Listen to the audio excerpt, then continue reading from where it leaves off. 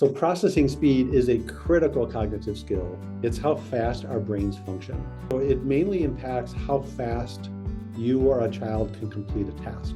But often we think, well, if my child just has more time, they'll be good. A lot of kids who struggle with processing speed have IEPs or accommodations that provide more time on tests, or they get more time on homework, things like that.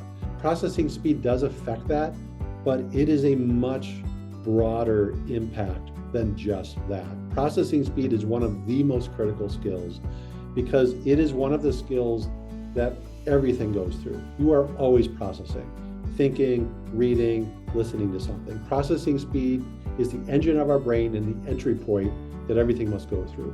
It also impacts how quickly we're able to take in and absorb information.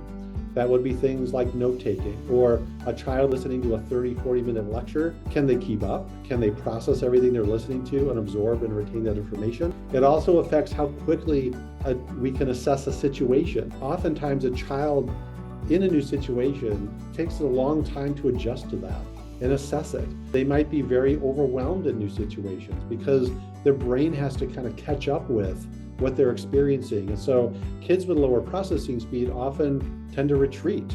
They tend to be more shy. Oftentimes you might hear in the classroom, your child isn't really raising their hand much or participating much. That's really common. Other areas that processing speed affect though, one is motivation, because if processing speed's not strong, it means that to complete an academic task takes a lot of mental effort. And human nature is to avoid it. So if processing speed's low, getting through a school day is hard. And then a child comes home and guess what? There's more. There's homework. And that's where you get procrastination. It also can affect kids emotionally, because if there's a lot coming at an individual with low processing speed, they're very prone to feel overwhelmed, which can manifest as feeling anxious and stressed. It's much more than just being slow to complete tasks. And yeah, you can get an IEP to maybe help with that. However, the key in raising our kids is to get them to the point where they have great options when they graduate and they're independent. And so I would challenge you to find an employer who will be happy to give your child 50% more time to complete a task, where they're an adult.